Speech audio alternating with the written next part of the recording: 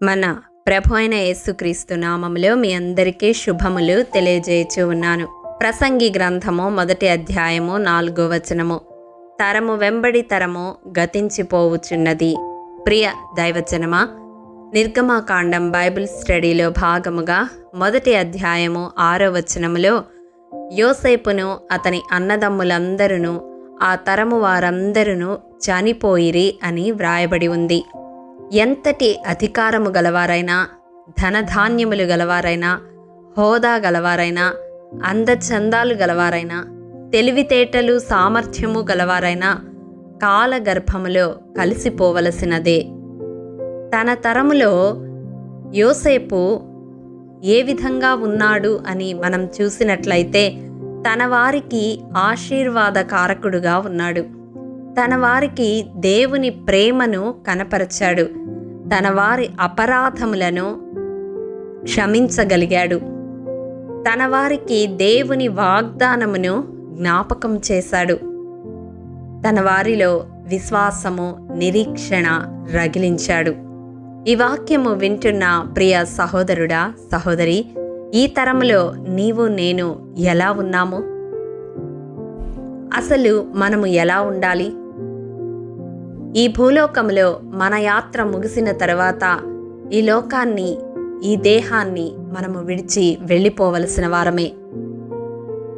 మనముంటున్న తరములో మనము చేయవలసినది ఏమిటి?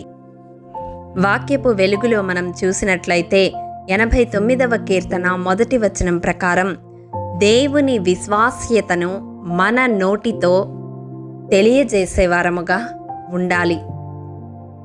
145వ కీర్తన 4వ వచనం ప్రకారం దేవుని క్రియలను మన తర్వాతి తరముల ఎదుట కొనియాడేవారముగా ఉండాలి. 71వ కీర్తన 18వ వచనం ప్రకారం దేవుని బాహుబలమును గూర్చి, ఆయన శౌర్యమును గూర్చి మన తర్వాత తరాలకు తెలియజేయడానికి దీర్ఘాయుష్యునిమ్మని దేవుణ్ణి కోరుకునేవారముగా ఉండాలి. 78వ కీర్తన 3-4 వచనాల ప్రకారం మనకు తెలిసిన సంగతులను, మన పితరులు మనకు వివరించిన సంగతులను, దేవుడు మన జీవితాల్లో చేసిన ఆశ్చర్య కార్యములను దాచకుండా మన తరువాత తరాలకు చెప్పేవారముగా మనముండాలి. ప్రియ దైవజనమా, ఈ తరములో దేవుణ్ణి ఎరిగిన వ్యక్తిగా నీవు నేను ఉన్నాము అంటే ఈ ధన్యకరమైన జీవితము మనతోనే అంతము కాకూడదు. ఈ గొప్ప దేవుని గురించి మన తరువాతి తరాలకు మనము మన నోటితో తెలియజేసేవారముగా ఉండాలి. తరము వెంబడి తరము ఆయన భీకరమైన కార్యములను వివరించగలిగేలా దేవుని జ్ఞానమును మనము కోరుకునేవారముగా ఉండాలి.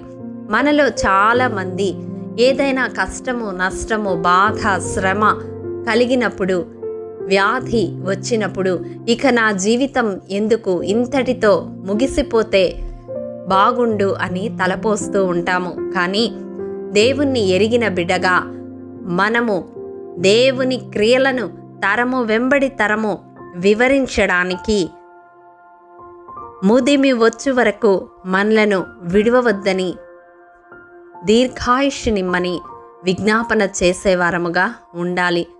మన చుట్టూ ఉన్న సమాజంలో మనము గమనిస్తూ ఉన్నట్లయితే దేవుని యందు భయము, భక్తి కలిగిన తరము గతించిపోతూ ఉన్నది. నిలిచి ఉన్న నీవు నేను ఆయన క్రియలను మరువక ఆయన మార్గములో జీవిస్తూ మన తర్వాతి తరాలకు దోవచూపు స్తంభాలుగా నిలబడాలి.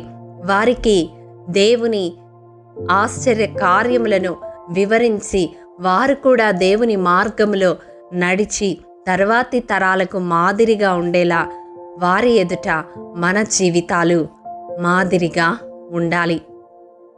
అవును ప్రియ దైవజనమా, అట్టి కృప దేవాది దేవుడు మనందరికీ అనుగ్రహించునుగాక. ఆమేన్. ప్రేమ నమ్మకము కలిగిన మా ప్రియ పరలోకపు తండ్రి, నీ పరిశుద్ధ పాదములకు వందనములు. దేవా, విత్తబడిన వాక్యమును ప్రతి హృదయములో నూరంతలుగా ఫలింపచేయండి.